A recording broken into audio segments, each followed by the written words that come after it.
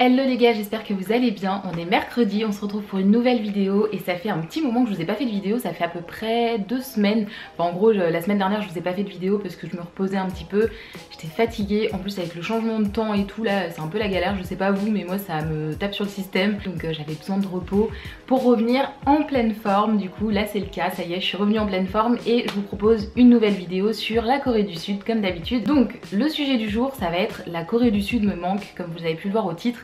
Et je vais vous raconter un peu tout ça, mes petits doutes et problèmes du moment entre guillemets par rapport à la Corée du Sud. Donc si ça vous intéresse, restez bien jusqu'à la fin de la vidéo, je vais vous expliquer tout ça et on pourra aussi en discuter en commentaire comme d'habitude. Mais avant de commencer la vidéo, n'oubliez pas de vous abonner à cette chaîne YouTube si ça vous intéresse. Je sors 2 vidéos par semaine, alors plutôt 1,5 on va dire, parce que normalement il y en a une aussi le dimanche mais je la sors pas toujours en vérité, mais j'essaye au maximum quand même de la sortir. C'est une vidéo sur les K-dramas et la semaine, donc le mercredi, c'est une vidéo sur la Corée du Sud un peu plus générale où je vous propose plusieurs sujets. N'oubliez pas aussi de me suivre sur Instagram, c'est inessai.yt, je poste un petit peu ma vie en fait globalement et même aussi des petites infos sur la Corée du Sud, notamment l'ouverture des frontières, ces choses là. J'essaie de me tenir assez informée et de vous informer au passage quand j'ai des nouvelles infos. Et aussi il va y avoir un concours qui va arriver très bientôt parce que c'est bientôt Noël, donc je vais vous offrir des petits cadeaux. Tout ça sera sur mon compte Instagram, je pense que ça va sortir peut-être la semaine prochaine ou un truc du genre. Maintenant que je vous ai dit tout ça les gars, on va passer au sujet du jour. Alors comme je vous l'ai dit, la Corée du Sud me manque. Alors ça va être une vidéo qui va pas forcément être hyper bien programmée etc, avec des parties et tout. C'est plus pour discuter un peu avec vous et puis aussi avoir vos impressions sur la situation au global sur la Corée du Sud. En fait ce que je veux vous dire c'est que ça fait 2 ans que j'ai pas été en Corée du Sud maintenant. Donc la dernière fois c'était en septembre 2019, c'était pour les vacances, je suis partie 2 semaines avec des amis. Et en fait là en 2020 du coup j'ai pas pu y aller pendant l'été 2020, 2021 non plus à cause du Covid. Et la situation s'améliorait un petit peu, donc en tout cas certains types de visas qui avaient réouvert, notamment les visas étudiants. Il y a aussi le tourisme qui a repris où on peut partir pendant 3 mois. Le problème c'est qu'il y a quand même cette histoire de quarantaine qui fait qu'on peut pas partir non plus par exemple pendant 2 semaines parce qu'il y a 2 semaines de quarantaine, donc ça vaut pas le coup. Même pendant 1 mois au final ça vaut pas forcément le coup parce que faire 2 semaines de quarantaine sur 1 mois, un peu chiant. Donc voilà, moi je suis un peu saoulée de la situation, malheureusement on peut pas faire grand chose et de toute manière c'est pas comme si je voulais partir maintenant, mais dans l'idéal je voulais partir en août 2022. Je sais pas si ça va pouvoir se faire parce qu'on allait dans une bonne direction entre guillemets. Je vous avais fait une vidéo sur repartir en Corée du Sud il y a quelques semaines, quelques mois. Malheureusement là il y a encore un nouveau variant et tout, Omicron, qui vient de tomber, donc ça repart un peu dans le sens pas cool quoi. Donc c'est un peu compliqué et puis surtout on n'a pas trop de visibilité sur ce qui va se passer dans les prochaines semaines, dans les prochains mois au niveau des possibilités de voyage en Corée du Sud, donc c'est un peu chiant. J'espérais vraiment que la quarantaine allait se lever rapidement. En plus il y avait des discussions qui étaient engagées, enfin c'est toujours le cas, hein, des discussions qui sont engagées pour effectivement enlever la quarantaine éventuellement, donc ce serait cool, mais voilà, je croise les doigts. Et la Corée du Sud me manque beaucoup. J'ai des amis là-bas en plus, donc ça fait 2 ans que j'ai pas vu certaines personnes. Franchement ça me rend un peu triste, je vais pas vous cacher. Et même au niveau du contenu sur ma chaîne YouTube, c'est vrai que je vous raconte beaucoup de choses qui se sont passées quand j'étais en voyage là-bas, notamment quand j'étais en échange universitaire, donc en 2016-2017. Ça commence à remonter maintenant. Et j'aimerais bien vous raconter plein de choses, vous raconter je sais pas la vie quotidienne etc, mais vu que je suis pas sur place, ça limite aussi les idées de vidéos, donc ça c'est un peu frustrant très honnêtement, parce que j'adore faire des vidéos, j'adore tourner, j'adore vous raconter plein de choses sur la Corée du Sud, mais en termes par exemple d'anecdotes, vous voyez, enfin je peux pas vous raconter des choses que je ne vis pas pour le coup, et là ça fait un moment que j'ai pas vécu là-bas. Donc c'est aussi ça qui me frustre beaucoup très franchement. Pareil, j'ai envie de pouvoir vous présenter des vlogs, de vous montrer des endroits hyper cool en Corée du Sud que je connais mais je peux pas vous les vlogger parce que je suis pas sur place. Il y a plein de choses comme ça, enfin... En fait, je voudrais vraiment que ma chaîne YouTube soit un petit peu un carnet de bord de mon expérience en Corée du Sud, que ce soit pour les vacances ou même pour quand j'irai y vivre etc, enfin, c'est dans mes projets. Malheureusement le virus retarde un petit peu ça, retarde même beaucoup ça. Donc voilà, je croise les doigts en tout cas pour que la situation se débloque comme j'ai prévu dans ma tête pour pouvoir partir du coup l'année prochaine en août, mais franchement c'est assez peu sûr entre guillemets. Donc bref, en tout cas je vous tiens au courant de l'avancée de la situation et aussi de l'avancée de mes projets, mais ça me fait un peu mal au cœur quand même. Il y a autre chose aussi dont je voulais vous parler, c'est que en fait je me suis rendu compte qu'il y a beaucoup de gens qui vont partir en Corée du Sud très rapidement et tout, et en fait en vérité je me suis fait le constat avec plusieurs de mes potes là récemment sur le fait qu'en vérité je pourrais partir en Corée du Sud demain, hein, j'ai envie de dire. Par exemple, aller étudier directement dans une université, etc. Il y a plein d'options qui se présentent quand même puisque les frontières ont réouvert.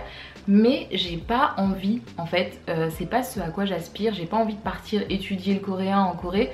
Enfin là je vous dis ça aujourd'hui, hein, mais peut-être que dans quelques mois ça va changer si la situation s'améliore pas et que je prendrai d'autres décisions et tout.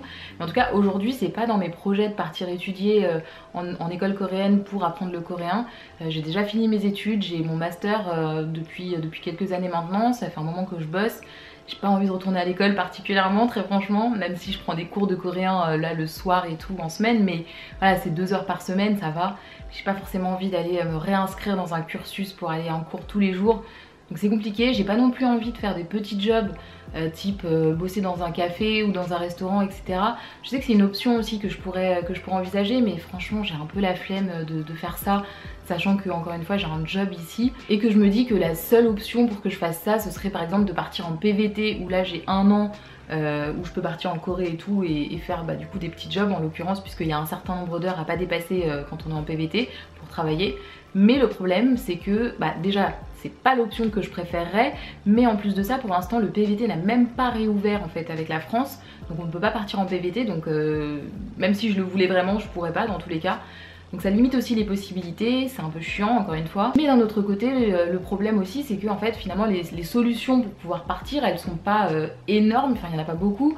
Ce serait de trouver un job directement là-bas ou alors de partir en VIE, en volontariat international entreprise. Je vais vous faire une vidéo sur les différentes possibilités en termes de travail pour la Corée du Sud parce qu'il y en a quand même quelques-unes à évoquer. Donc là je vais pas rentrer dans le détail des différentes solutions, mais en tout cas dites-moi d'ailleurs en commentaire si ça vous intéresserait que je fasse cette vidéo. Je pense que je vais la faire dans tous les cas, mais dites-moi quand même si ça vous intéresse. Le truc c'est que là en fait j'ai postulé à plusieurs VIE. Bon déjà ça a fermé pendant un moment, mais parce que situation Covid quoi, situation sanitaire très peu favorable au départ. Mais il y a eu quelques offres qui sont ressorties et malheureusement c'est hyper compliqué d'avoir un contact parce que j'ai beau postuler, ça répond pas, enfin on me répond pas, etc. Pareil pour postuler en direct sur un poste en Corée. Le problème c'est qu'en fait on va toujours être en concurrence avec des Coréens, donc ça facilite pas la tâche. Je parle pas couramment coréen, même si j'ai des bonnes bases, etc. Mais pas suffisamment pour un milieu professionnel je pense où il faut parler tout en coréen, ça c'est clair que je pourrais pas me débrouiller. Du coup ça fait que c'est compliqué parce qu'en fait c'est un peu le serpent qui se mord la queue, c'est-à-dire que pour pouvoir partir en Corée pour travailler il faudrait parler couramment coréen, mais pour pouvoir parler couramment coréen il faudrait que je sois dans le pays pour pouvoir apprendre à parler couramment coréen. Vous voyez ce que je veux dire? Prendre des cours ça suffira pas parce qu'il faut que je pratique et puis c'est pas avec 2 heures par semaine d'une matière, même si je mets tout en place et tout pour pouvoir progresser assez rapidement. Je vous ai fait une vidéo sur les méthodes que j'utilise pour apprendre le coréen, donc je la mets aussi en description. Mais malgré tout ça, ça suffit pas en fait pour devenir bilingue dans une langue. La meilleure solution, et j'ai envie de dire presque l'unique solution, c'est de pratiquer dans le pays avec des natifs. Et malheureusement je ne peux pas puisque pour ça il faudrait que j'ai un job en Corée. Donc vous voyez c'est un cercle vicieux qui fait que pour l'instant je n'ai pas de solution. Et malheureusement il n'y a pas énormément de postes non plus où ils demandent, juste de parler anglais parce que j'ai aucun problème avec l'anglais. Mais des postes où ils demandent que de parler anglais, éventuellement de parler français, ça pourrait être aussi une grosse valeur ajoutée. Mais j'ai pas trouvé ce type d'offre et les rares que je trouve, comme je vous disais, on me répond pas. Donc voilà, c'est un peu la situation à laquelle je me trouve, c'est hyper frustrant. De chercher un peu dans le vide. Bon je lâche pas l'affaire hein. Franchement j'ai vraiment envie de partir en Corée du Sud pour travailler. Comme je vous l'ai dit ça fait vraiment une partie de mes projets à plus ou moins court terme. Donc voilà je continue à chercher mais c'est fatigant, je vais pas vous dire que c'est démoralisant mais voilà c'est un peu dommage quoi, parce que franchement que ce soit d'un point de vue perso, d'un point de vue pro et d'un point de vue même pour la chaîne, c'est vrai que ce serait vraiment une solution idéale que de pouvoir partir en Corée du Sud. Malheureusement les options sont assez minces donc c'est compliqué. D'ailleurs dites-moi en commentaire si vous avez d'autres options peut-être éventuellement auxquelles j'aurais pas pensé pour pouvoir partir en Corée du Sud. Je sais pas si vous l'avez déjà fait par exemple ou si vous avez l'intention de le faire et que du coup vous avez d'autres stratégies etc pour trouver un job en Corée. Mais en tout cas c'est pas évident. Franchement VIE, PVT, postuler en direct, voilà, enfin bref, je vous détaillerai de toute façon comme je vous ai dit les différentes solutions que j'ai en tête. Mais voilà, c'était pour vous partager un petit peu mon état d'esprit actuel, qui est pas défaitiste parce que comme je vous l'ai dit, je ne lâche pas, franchement je veux trouver mon job en Corée donc je vais le trouver, mais dans combien de temps je ne sais pas. J'ai pas envie non plus de sacrifier entre guillemets mes études et tout, enfin les études que j'ai terminées hein, déjà, mais mes années d'études et aussi mon expérience professionnelle pour pouvoir partir un peu à l'arrache et partir faire des petits jobs. parce qu'en vérité c'est pas la vie que j'ai envie de mener actuellement, en tout cas à ce stade de ma carrière professionnelle. En tout cas si vous par exemple c'est une option qui vous intéresserait, il y a clairement des petits jobs à pouvoir trouver en Corée du Sud. Je pense que vous pouvez regarder même sur internet, il doit y avoir des sites. Si je les trouve, je vous en partagerai quelques-uns dans la vidéo où je vous donnerai des solutions. Mais pour le coup c'est vraiment pas ce que je recherche, donc voilà, je vais voir comment est-ce que je me débrouille. Du coup, le contenu de cette chaîne, comment est-ce que ça va se passer sur 2022? Je vous en parlerai aussi un petit peu plus dans une autre vidéo, une vidéo qui va parler un peu du bilan de 2021 et aussi de ce que je vais faire en 2022. Mais globalement, je pense que je vais un peu élargir. Peut-être que je ferai pas que des vidéos sur la Corée du Sud. Peut-être que je parlerai aussi de d'autres sujets, je sais pas, un peu plus perso ou même pro, j'en sais rien. En tout cas, ça va peut-être un peu évoluer. Je continuerai à faire des vidéos sur la Corée du Sud, bien évidemment, parce que c'est pour ça que j'ai fait ma chaîne et j'ai vraiment envie de parler de ça. Mais en tout cas, je suis un peu deg de pas pouvoir vous raconter plus d'anecdotes. Je creuse dans ma tête tous les jours les gars pour pouvoir vous retrouver aussi des story time, parce que je sais qu'il y en a plein. C'est ça qui me saoule, c'est que je sais qu'il y a plein de choses à vous raconter. Franchement, je suis partie 1 an, je suis repartie 1 mois et je suis repartie 2 semaines, donc il y a plein de trucs qui sont passés pendant ce temps-là. Je pense que je vais vous raconter quand même des story time, mais en tout cas ça va venir avec le temps. Donc voilà, en conclusion, je suis un peu triste quand même de la situation. Je suis un peu triste aussi de ne pas avoir la certitude que je vais partir en 2022, vous voyez, parce que c'est un peu la carotte pour moi de me dire bon bah voilà, ok t'es pas en Corée du Sud actuellement, mais bon tu sais au moins que dans 6 mois, 8 mois, 9 mois tu pourras partir. Là c'est même pas sûr. J'avais vraiment l'intention par exemple si la situation se débloquait de prendre mes billets en début d'année 2022 pour pouvoir réserver pour l'été 2022. Là en fait on est dans le flou le plus total, on sait même pas si les frontières vont pas refermer entre temps, on sait même pas non plus si le PVT va se débloquer, on sait rien en fait, on sait rien, ça avance hyper lentement, mais on peut pas l'en vouloir parce que la situation sanitaire ça fait aussi des vagues, un jour c'est réouvert, un jour ça se passe bien, diminution des cas et puis le lendemain finalement c'est un peu, ça repart un peu dans l'autre sens, donc à voir comment ça se passe. Mais en tout cas voilà, c'est ça que je voulais vous partager aujourd'hui. J'espère que ça va pas trop vous miner le moral parce que c'est pas le but non plus. Mais en tout cas voilà, c'était pour vous tenir au courant de la situation actuelle et de là où j'en suis.